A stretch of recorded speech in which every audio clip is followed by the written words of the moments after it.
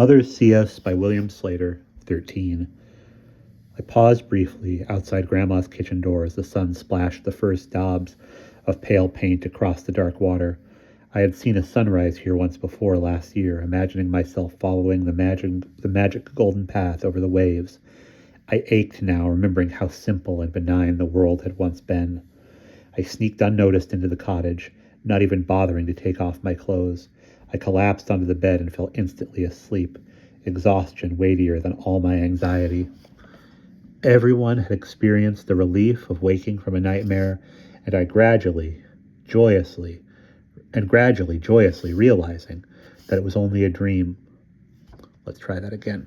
Everyone has experienced the relief of waking from a nightmare, and joyously realizing that it was only a dream. Waking today was the reverse. It was around noon when I began to emerge from painless oblivion into nagging tension, then vague dread, and finally the specifics of panic. Sunlight streamed through the window. The world only darkened and sprouted murderous claws and fangs as my awareness of the situation clarified. What terrible things was Annalise going to do, and who would be her first victim? I sat up and rubbed my eyes and looked around the room, trying to shake the nightmare feeling, and it increased. All the ordinary familiar objects turning malignant. Color me ugly, color me cruel, color me out to get you, whispered the bright plastic alarm clock. The overflowing bookcase, the white curtain flapping gently in the breeze. Everything was tainted, everything a threat. I groaned and I burrowed under the sheet and squeezed my eyes shut, but the monster was real, and there was no avoiding her. And through whatever was going to happen, I would have to maintain a convincing inner as well as outer countenance of placid ignorance and normality. I didn't see how I could possibly do it, but if I didn't do it, if I slipped for only a fraction of a second, and Annalise caught me, there would never be any safety again. Even before she was a reader, Annalise had already the ability to inflict terrible damage on anyone who interfered with her image or got in the way of what she wanted. She had gone so far as to cause someone's death in a boating accident, and now that she had this special power, what she'd be able and eager to do was beyond imagining. Mom and Dad were gone. I had no appetite, but I put together my peanut butter, salami, and cheese sandwich and forced it all down, hoping that going through the motions, even unobserved, would give me practice in keeping up my act. Then I had another idea. I went back upstairs and wrote in my journal a description of the last 2 days' events, leaving out falling in the swamp, leaving out my own ESP, writing as though I knew only what I wanted Annalise to believe I knew. I did this not only in case Annalise might physically read the journal, though that was certainly a possibility, but mainly to have the actual words down there in the notebook and in my mind. The more current the journal was, the more convincing a shield it would make. Simply writing the entry down implanted it photographically in my brain. Enhancing your memory seemed to be another effect of the swamp water. I also glanced at Anna Karenina on the bedside table. I could use that as more wallpaper over the ice. And then, in swimsuit and flip-flops, a big red and white striped beach towel draped over my shoulders, I walked to the beach, hoping Annalise would be there. She was down by the water, playing with Amy again, but Annalise was not bored by Amy today. She watched the small child with an unusually intent, alert expression, often whispering to her. A good place to begin, a simpler mind to explore first, practicing, testing what she could do before moving on to more complex prey, such as blackmailing Grandma about the ATM and the Winstons, and also Lindy. I hadn't looked deeply enough at what Lindy had done to find out exactly how to expose her, since it had never occurred to me to do it. Annalise wouldn't hesitate. I knew from her journal how eager she was to lash out at Lindy. Concentrating on Anna Karenina, I greeted Mom and Dad and Aunt Marge and Uncle Eric, making a conscious effort not to read them. Annalise would soon be dipping into my mind. If she detected anyone else's thoughts in there, she'd know I was a reader. Then she'd hide her thoughts from me and Grandma, and I would have no way of surprising her. I sat down on my towel, looking toward the ocean. Eric was waist deep in the water, plodding toward the shore, his eyes fixed on Annalise. He'd be a good one for her to feed on next. His blind adoration of her would be more delectable than fried clams, and not the least bit fascinating. Lindy was still swimming. How was I going to keep Lindy and her secret away from Annalise without making Annalise suspicious? And at that moment, the world grew even more menacing. The sun was the unblinking eye of a colossal cyclops, an ocean of gigantic amoeba-like a gigantic amoeba-like organism of digestion. Because it hit me with full force what hiding my power from Annalise really meant. It meant I couldn't read Annalise either. Last night, I had thought that if I kept my powers hidden from Annalise, she wouldn't shield herself from me. Then I could sneak into her mind, find out what she was planning to do, and alert Grandma in time to stop her. I had believed that was our secret weapon, but now I knew it wouldn't work because Annalise, like Grandma, had been in the swamp longer than I had. If I peeked into Annalise's mind, she'd know it, just as Grandma had known when I thought I was secretly probing her mind. And as soon as Annalise knew I was a reader, she'd shield her mind from me and use her power against me in any destructive way she could. So I couldn't read Annalise. I couldn't read anybody else. I could only hide my powers completely.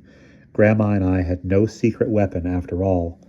We also had no real plan, only a sort of vague idea based on Annalise's one weakness. Exactly what we did would have to depend on what Annalise's first move was, and now that I knew I couldn't read her, we'd have no advance warning. So why hadn't Grandma pointed that out to me last night? Why was she still hiding things from me? How much could I really trust her? Annalise was standing up, facing the water, talking and laughing with Eric now, who was facing away from the sea, and Lindy was heading toward them, finishing her swim. I had to keep Lindy away from Annalise. I pushed myself up from the towel and moved toward the water, forcing myself to walk slowly, to appear casual, when what I really wanted was to run, yelling and waving my hands. I reminded myself that it would be a while before Annalise had the power and the skill to penetrate Lindy's shell, but I still didn't want her to know that the shell even existed. Lindy was one of her special targets. As soon as she knew there was something hidden and useful there, she would pursue it relentlessly. I drew nearer to Annalise and Eric as Lindy approached the shore. I concentrated on my journal. I thickened the ice beneath it. Neither of us could figure out why Grandma wanted that stuff or how she found our journals. Annalise smiled at me, enough to give Eric a jealous twinge. "You look like you just got up, Jared," she said. "You must have been up really late last night." "Yeah, I didn't get to sleep until pretty late," I said, thinking of Kitty and Levin, Anna and Vronsky, and forcing myself not to wonder what Annalise was seeing in my mind. "Oh, come off it, Jared," Annalise pleasantly teased me. "I can always tell when you're hiding something. If you went to some great party without telling us, we'll really be mad, won't we, Eric?" "Maybe he was just reading," Eric shyly defended me. "Or was it that girl over on Indian Neck?" Annalise went on as Lindy reached us. I could have punched her for that. Of course Annalise knew where I had been last night, or thought she did. She was enjoying putting me on the spot, knowing my problem with lying. Did she also know enough to start trying to create a rift between Lindy and me? I didn't even have to look into Lindy's mind to know she was aware that Annalise was playing some kind of game. It was the way she watched Annalise without expression. Her astuteness about Annalise only made me feel closer to her. I also noticed the glow of her skin after her swim. And was it only my imagination, or did her bathing suit actually seem a little too big for her now? Lindy, there's something I wanted to ask you about Tolstoy." I beckoned her away from the others. That was what Annalise would expect me to do, as a way of worming out of an uncomfortable situation. That was what Annalise would expect me to do, as a way of worming out of the uncomfortable situation she had put me in. "Yeah?" Lindy said, toweling off, striding along beside me, as eager to get away from Annalise and her games as I was. But she wasn't smiling at me as she had yesterday. She was wondering if I really did know a girl on Indian Neck. Was she wondering if I really did know a girl on Indian Neck? I was still too close to Annalise to read Lindy and find out. "Levin is really Tolstoy, right?" I said as we moved farther away from Annalise and Eric. "Everybody knows that," Lindy said, shrugging. "Was Kitty supposed to be Tolstoy's wife then?" "I never really thought about that," Lindy said. "I kind of doubt it, though. I mean..."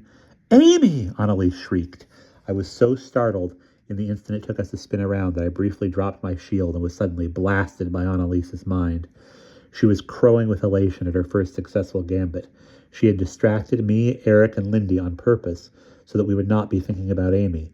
She had also checked on everyone else, making sure they all assumed that someone else was keeping an eye on Amy and were not watching her themselves. And then Annalise had allowed Amy to run straight into the water and keep on going. She had been watching her, fully aware of what Amy was doing. She had done nothing to stop her. She had waited until this moment to act. And at this moment, Amy was nowhere to be seen. She had gone under. Fast as Lindy was, it was Annalise, knowing Amy's exact location, who got to her first. It was Annalise who pulled Amy out, Annalise who carried her limp body to shore, Annalise who knelt over her and skillfully began mouth-to-mouth resuscitation. We all were standing around them, Aunt Grace clinging hysterically to Uncle Ted. Nobody said a word. I had put my shield back, but I knew that underneath their worries about Amy, everyone was thinking who was supposed to be watching her. Annalise breathed into Amy's mouth. She turned her head and spit out a little water. She breathed into her mouth again. I knew from her journal that she had learned mouth-to-mouth resuscitation in school. She was coolly businesslike about the whole thing, as anyone trying to save a life should be. Please, please, Aunt Grace sobbed.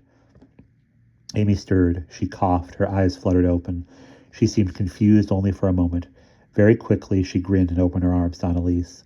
Annalise hugged her back warmly. She pressed her cheek against Amy's for a moment, whispering to her. Then she modestly stepped away and allowed Aunt Grace to swoop Amy into her arms. Are you okay, sweetheart? You feel okay? I went swimming, Amy cried gleefully. You're really okay? Sure, what's the matter? Why are you crying, Mommy? Amy, you must never, never go near the water by yourself again, Aunt Grace said sternly, shaking just a little bit. Do you know that you almost died if it weren't for Annalise? The release of everyone's tension was palpable in the silence that followed. Then suddenly they were hugging Annalise, heaping her with praise. She loved it. She kept shaking her head, acting embarrassed, saying it was nothing, and then she turned to Eric. Eric, Annalise said, sounding frightened, I told you to keep an eye on her. You did? Eric was utterly confused. Annalise's strategy was ingenious. Eric was so besotted and saw Annalise as so virtuous that it would never occur to him that she might blame him for something that was really her fault. It was much easier for him to believe that she really had asked him to keep an eye on Amy, and that he had forgotten. In Annalise's presence, he usually did forget everything but her. Oh, I'm so sorry, he desperately apologized, actually wringing his hands in guilt and despair, and that was all it took to establish that what had happened to Amy really had been Eric's fault. Thank heavens, you were so alert, Annalise, gushed Aunt Grace, cradling Amy again, not looking at Eric. She was probably too furious to allow herself to speak to him. Most of the others were still heaping praise on Annalise, and I knew that Annalise was hungrily lapping it up.